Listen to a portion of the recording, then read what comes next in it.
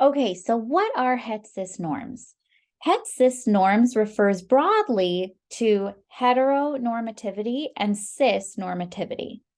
So what do these terms mean? Heteronormativity and cisnormativity are reflective of systemic power narratives that dictate straight or heterosexuality, and cisgender are the assumed sexual orientation and gender ideals, respectively. So, in these narratives in particular, anyone who's not heterosexual or cisgender, or even that of the highest power notation, a cisgender heterosexual male, is considered lesser than and likely to experience disenfranchisement or punishment as a result of their compromised access to normative power. So in heterosexual cisgender norms, HetCis norms, we're saying that the valued person is someone who's cisgender, someone who's heterosexual or straight, and the highest power is that of a cisgender heterosexual male. So all of this isn't actually fact. It is a socially constructed narrative. It's what we've decided as a society and interpret as factual, when in fact, it is not factual. So when we think about these terms as independent factors, let's first look at heteronormativity. So heteronormativity is the belief that there is only one kind of sexuality, which is heterosexuality. It's the system that works towards stigmatizing any behavior which deviates from this presumption and or does not adhere to strict gender binary roles. So heteronormativity tends to be inclusive of cisnormativity, but we parse them out in this team because it's important to acknowledge where things specifically relate to one's sexuality and where things relate to one's gender. So when we think of heteronormativity and we think of people telling boys to, not be so sissy or to man up, that would be, even though that would be more cisnormativity, we might hear that in terms of heteronormativity. And what heteronormativity often looks like is people having to hide or not come out as someone with a diverse sexual orientation or gender, or someone with a diverse sexual orientation, because for fear that they may be discriminated against. So when we think of sexual orientation, this refers to who you are attracted to. So we have over here that people can be attracted to men, women, gender fluid people, that there's a range of who we can be attracted to.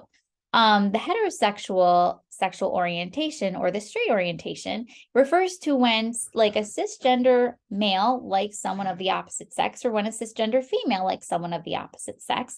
But I would also encourage you to ask people to define what it means for them, because it may mean different things for people as they ascribe these labels. So when we're going outside of heterosexuality, then it can look like women liking women. It can look like men liking men. It can look like women liking men or women or someone with any gender. And it can also look like people not having interest in other genders, which would be called asexuality. So there's lots of terms here, but when we think of a traditional value of heteronormativity, we tend to think of proms where guys and girls go together as a couple, and we have prom king and prom queen. Or we have the all, being from America, this is the all-American family. The mom, the dad, the two kids, everybody smiling and looking happy. We have the boyfriend and girlfriend here. So this is what we see as presented as the ideal, the normal. When in fact, they aren't normal. This is just one kind of family where all other families are normal and typical as well. But these families in particular we are told that this is the right family because this is what we have normed as typical and appropriate. So then let's look at cisnormativity. Cisnormativity refers specifically to gender, one's gender, and how cisnormativity itself refers to someone who's born male or female having that same sex aligning with their gender throughout their life. So that's cisnormativity. And here we have cisnormativity is the assumption that everyone is cisgender and that being cisgender is superior to all other genders. This includes that often implicitly held idea that being cisgender is the norm and that other genders are different or abnormal. So when we think of gender, and again, this is socially constructed, not real. This is how we have come to kind of assign power and who is not in power. So those in power being those who are cisgender and not empower anybody who has more of a gender fluid identity, non-binary. And there's many other terms that people use, but where cisnormativity is the valued, appropriate, and typical one. Right here, we have what composes of one's gender identity. So we have the sex assigned at birth, and this is typically what you see on your birth certificate and what the medical community will, deem you are based on ultrasounds and chromosome alignment. Gender expression is how we as individuals choose to convey or express how we think of ourselves and our gender. Gender identity is how we make sense of our own gender and the terms we use to define who we are. Gender attribution, on the other hand, is how your gender is perceived by others. So even though gender expression is how you express yourself, gender attribution refers to how that's received. So this is the idea of cisgender and gender.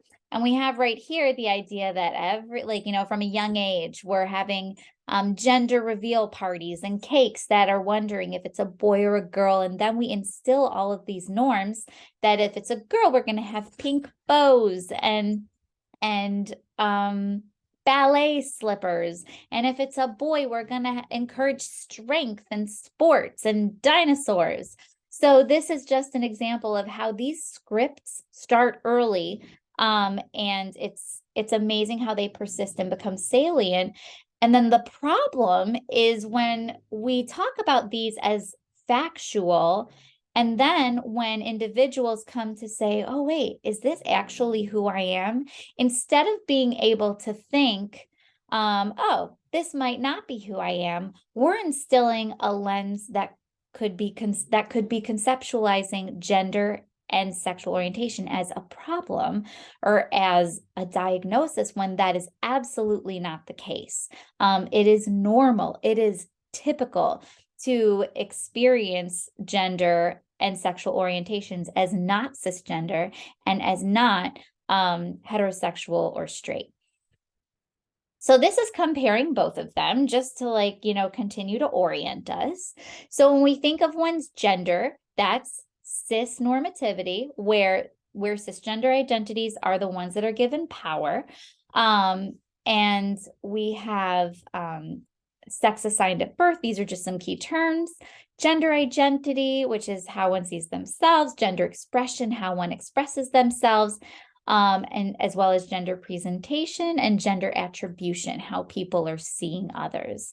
Then when we talk about heteronormativity, the idea of valuing straight or cisgender as the norm, that refers to one's sexual orientation. And just to again clarify, just because there are normed genders and sexual orientations does not mean that those are the only ones that are healthy, typical, or appropriate. They are all typical and appropriate. None are pathological.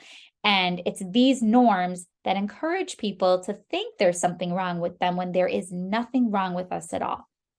These over here are just terminology specific to sexual orientation and gender.